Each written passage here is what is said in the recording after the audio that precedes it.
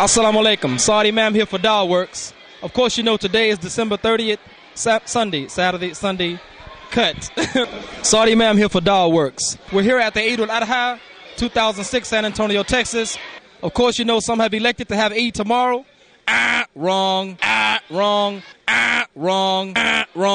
Yesterday was Yom Arafat, and today is officially Eid. MashaAllah. Assalamu alaikum. Assalamu alaikum. Alaikum assalam. Assalamu alaikum. Alaikum assalam. I have two questions for you. First question, are you Muslim? Yes, I am Muslim. Are you Muslim? Yes, I am. Second question, why are you Muslim? Why am I Muslim? I'm Muslim for a variety of reasons.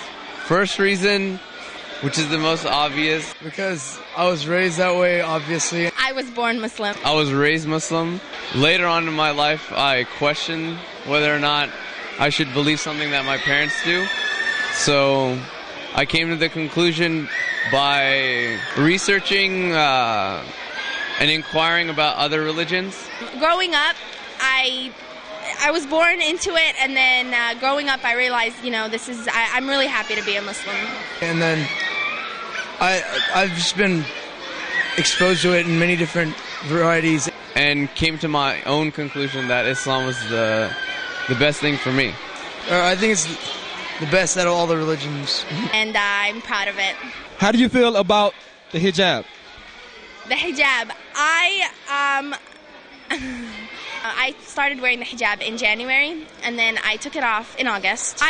I didn't have it in me to continue on. I felt like I just wasn't able to do anything anymore, not just because of the hijab. I don't feel comfortable. I don't feel comfortable with it on. Before I put it on, everything was fine, and then after I put it on, for a while, everything was fine, because I did truly believe that, and I did love having it on.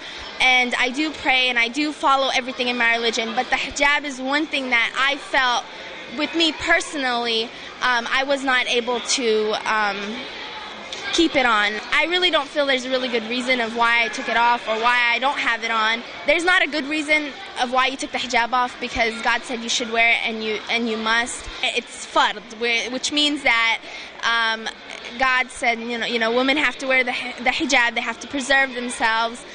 But I know this kind of contradicts what I was saying, but it doesn't really matter what people think, because it matters what God thinks of you, and I know that. I admire women who do wear it here in the States, because it's a lot harder than it is back home because of the way people treat you. I don't know if I'm not strong enough to put it on yet is the right word. Does that answer your question? If you notice, your answer was very difficult. Yes, it was very difficult. Wouldn't it be easier to wear the hijab than to answer the question? Well, yes. Allow me to give you one scenario. You ever go to a jewelry store and you see some jewelry on top of the counter that's in a thing that revolves? You can take it off, try it on, you can touch it, you don't have to ask permission because it's open.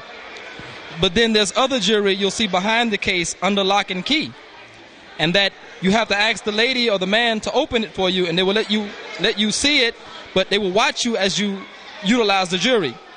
What is the difference between the jewelry on top of the case that you can touch easily and the other jewelry that's locked behind the counter? There is no difference. So you don't see a difference? Can you say that one more time, please? Okay, the jewelry that's on top of the counter, if you notice, it is fake. It is not worth as much as the jewelry that's under lock and key. Okay. Well, yeah, because the jewelry underneath is worth more. Okay, Allah orders the woman to cover her zinah, which is her adornment, her treasure. So the jewelry that's valuable and protected is the one that actually has substance. And the one that's on top of the counter that you can utilize is not really worth as much. So they don't fear as much that it will be taken and utilized, without their permission. I agree with that. I finally have one. So when can we expect the hijab to be worn regularly? No, honestly, I do 100% agree with the hijab, and I do eventually want to wear it. But honestly,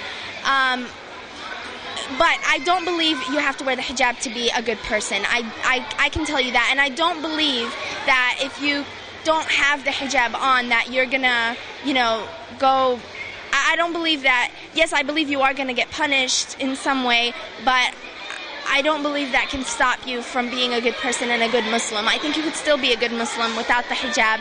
But that doesn't mean go on forever go on without it. I do eventually want to wear it, and hopefully I will eventually wear it and be inside feel okay to wear it and just truly, because I think I say that, yeah, it doesn't matter what people think, and I do say that, and I do, but I don't know if I truly believe it. I say I do believe it, but when I put it on, I thought I did believe it, and in turn, it really affected me, what people thought of me, and it really made a difference. As Muslims, we know that it matters what Allah.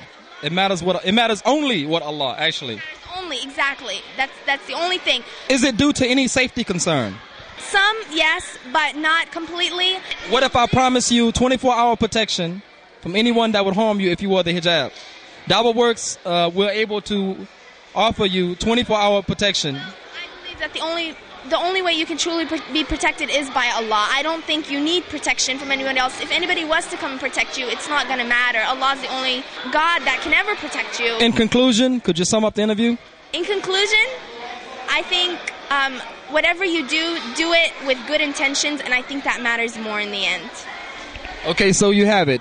We have dawahworks just interviewed a woman that has given us an exclusive and comprehensive explanation on why not the hijab, also why the hijab, why there was hijab, and now there's not hijab, and there may be hijab in the future, inshallah. Assalamu alaikum.